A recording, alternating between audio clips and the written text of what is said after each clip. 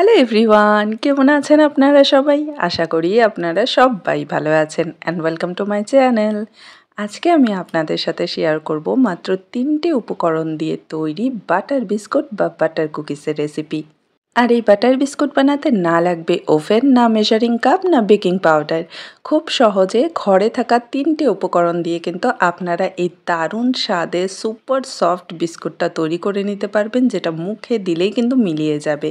আর এই বিস্কিট যদি আপনারা একবার ট্রাই করেন, আমি গ্যারান্টি দিয়ে বলছি যে বারবার এই বিস্কিট খেতে ইচ্ছে করবে।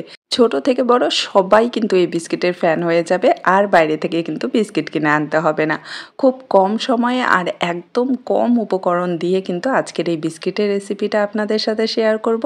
আশা করছি আপনাদের ভালো লাগবে, আর যদি ভালো লাগে তো অবশ্যই লাইক আর শেয়ার করবেন। আর আমার চ্যানেলে নতুন এসে থাকলে চ্যানেলটাকে সাবস্ক্রাইব করে পাশের বেল আইকনটি প্রেস করে দেবেন, যাতে আমার ভিডিও নোটিফিকেশন সবার আগে আপনার কাছে পৌঁছয়। তাহলে চলুন আর দেরি না করে ঝটপট বানিয়ে ফেলি এই দারুণ স্বাদের বাটার বিস্কুট। তো প্রথমেই একটা মিক্সিং বোলে আমি নিয়ে নিচ্ছি হাফ কাপ বাটার। বাটারটা কিন্তু ফ্রিজ থেকে আমি 15 মিনিট আগে বের করে নিয়েছি। এটা অনেকটাই ঠান্ডা আছে। এই বিস্কিটটা বানানোর জন্য গলানো বাটার নিলে কিন্তু হবে না, এরকম যাতে হালকা ঠান্ডা একটু শক্ত বাটারটা হয় সেটা নিতে হবে। এখন এর মধ্যে দিয়ে দেবো হাফ কাপ গুঁড়ো করা চিনি। তো এই কাপে মেপেই কিন্তু আমি হাফ কাপ বাটার নিয়েছি, তার সাথে হাফ কাপ গুঁড়ো করা চিনি নিয়ে নিচ্ছি। চিনিটাকে আমি ব্লেন্ডারে গুঁড়ো করে নিয়েছি। মিষ্টিটা কিন্তু অবশ্যই আপনারা আপনাদের স্বাদ মতো বুঝে অ্যাড করবেন। আমি এখানে হাফ কাপ চিনি নিয়েছি, আপনারা চাইলে একটু বেশি বা কম অ্যাড করে নিতে পারেন। এখন এই দুটো উপকরণকে একটা হ্যান্ড উইক্স দিয়ে আমাদের খুব ভালো করে ফেটিয়ে নিতে হবে, কম করে 5 মিনিটের জন্য। তো প্রথমে যখন এটা ফেটানো শুরু করবেন এরকম দলা পাকিয়ে যাবে, একটু অসুবিধা হবে, কিন্তু 1 মিনিটের মতো এভাবে ভালো করে ফেটিয়ে নিলেই দেখবেন একটা স্মুথ ক্রিমি মিক্সচার কিন্তু তৈরি হয়ে যাবে। আর আপনাদের কাছে যদি হ্যান্ড উইক্স না থাকে তাহলে কিন্তু আপনারা কাঁটা চামচ দিয়েও এটা করে নিতে পারেন, বা এমনি চামচ দিয়েও করে নিতে পারেন, কোনো অসুবিধা নেই। একটু সময় আর কি বেশি লাগতে পারে। তো এই যে দেখুন, হ্যান্ড উইক্সটা দিয়ে কন্টিনিউ ফেটানোর পর মিক্সচারটা কিন্তু অনেকটাই ক্রিমি হয়ে গেছে। আর এটাকে আমাদের কন্টিনিউ 5 মিনিট ফেটিয়ে নিতে হবে, যতক্ষণ না ঠিক এরকম সাদা একটা রং চলে আসছে। হালকা সাদা একটা রং চলে আসবে। দেখুন কালারটা কতটা হালকা হয়ে গেছে আর কতটা সফট হয়ে গেছে মিক্সচারটা। তো এভাবেই কিন্তু 5 মিনিট আমাদের কন্টিনিউ ফেটিয়ে নিতে হবে। যখন দেখবেন এরকম করে হ্যান্ড উইক্সে মিক্সচারটা নেওয়ার পরও সেটা পড়ে যাচ্ছে না, তখন ভাববেন যে আমাদের কিন্তু পারফেক্টভাবে মিক্সচারটা রেডি হয়ে গেছে।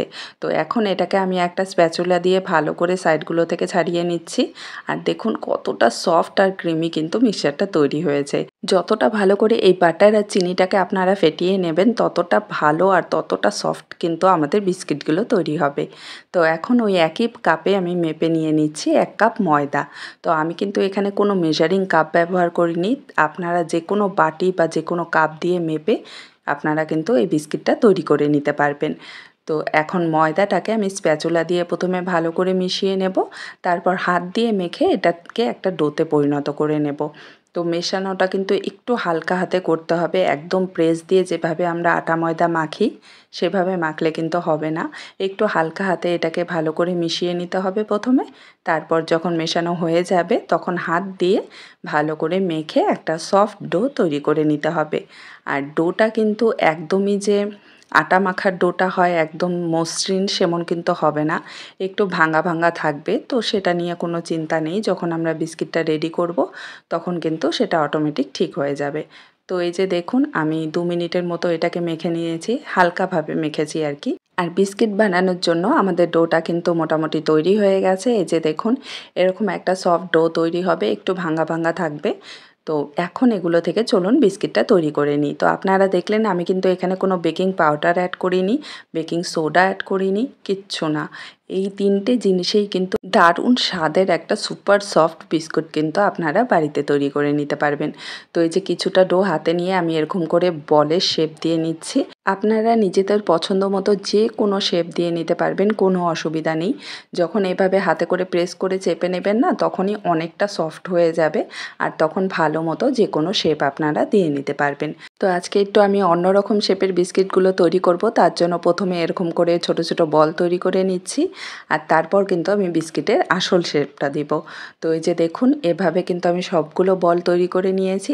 এখন একটা এখানে আমি কাঁটা চামচ নিয়েছি আর সেটা দিয়ে আমি হালকা করে বিস্কিটগুলোর ওপরে এভাবে প্রেস করে দিচ্ছি। তো এতে করে কিন্তু একটা খুব সুন্দর ডিজাইন তৈরি হয়ে যাবে আর বিস্কিটগুলো বেক হওয়ার পর কিন্তু দেখতে দারুণ লাগবে। তো আপনারা যে কোনো জিনিস দিয়ে কিন্তু এই বিস্কিটগুলোর ডিজাইন তৈরি করে নিতে পারেন। তো চলুন এখন এগুলোকে আমরা বেক করে নেব। তার জন্য এখানে আমি আগে থেকেই একটা কড়াই ঢাকা দিয়ে একদম লো ফ্লেমে 10 মিনিটের জন্য গরম করে নিয়েছি। এখন এর মধ্যে আমি বিস্কিটের থালাটা বসিয়ে দিচ্ছি আর আপনাদের বলে দিই যে বিস্কিটের থালাটার মধ্যে কিন্তু আমি হালকা বাটার ব্রাশ করে নিয়েছি, যাতে করে বিস্কিটগুলো বেক হওয়ার পর কিন্তু খুব সহজেই বেরিয়ে আসবে। তো এখন এটাকে ঢাকা দিয়ে আমাদের লো ফ্লেমে কিন্তু 20 থেকে 25 মিনিটের জন্য বেক করে নিতে হবে। তো বারবার ঢাকনা খোলার কোনো দরকার নেই, 20 মিনিট অপেক্ষা করুন, তারপর খুলে দেখুন যদি না হয় তাহলে আরও 5 মিনিট বেক করে নেবেন। তো এখানে আমি একদম 20 মিনিট পর ঢাকনাটা তুলে নিচ্ছি। তো এই যে দেখুন বিস্কিটগুলো কিন্তু পারফেক্টভাবে বেক হয়ে গেছে। তো এখন গরম অবস্থায় একটু সফট মনে হবে, কিন্তু এটা ঠান্ডা হয়ে গেলে কিন্তু একদম পুরো শক্ত হয়ে যাবে ওপরটা আর ভিতরটা কিন্তু একদম সফট থাকবে। এখন এগুলোকে ঠান্ডা করে নিচ্ছি, তারপর আপনাদের দেখাচ্ছি। তো এই যে দেখুন আমি সবগুলো বিস্কিট কিন্তু ঠান্ডা করে বের করে নিয়েছি আর কতটা সুন্দর লাগছে আপনারা নিজেরাই দেখে বুঝতে পারছেন। আর প্রত্যেকটা বিস্কিট কিন্তু খুব ভালোভাবে বেক হয়েছে আর পেছনের দিকটা দেখুন একদম পুড়ে যায়নি, কত সুন্দর একটা পারফেক্ট কালার এসেছে, যেমন ওভেনে বেক করলে যেই কালারটা আসে ঠিক কিন্তু সেরকমই এসেছে। তো সঠিকভাবে যদি আপনারা এই রেসিপিটা ফলো করেন তাহলে কিন্তু একদম পারফেক্ট এরকম বাটার বিস্কিট বা বাটার কুকিজ আপনারা কিন্তু খুব সহজেই বাড়িতে তৈরি করে নিতে পারবেন, তাও আবার মাত্র 3টে উপকরণ দিয়ে একদম সফট মুখে মিলিয়ে যাওয়ার মতো। তো আজকের এই রেসিপিটা যদি ভালো লাগে তো অবশ্যই কমেন্টে জানাবেন। দেখা হবে আপনাদের সাথে আরেকটি নতুন রেসিপি নিয়ে। ভালো থাকবেন, সুস্থ থাকবেন, বাই বাই।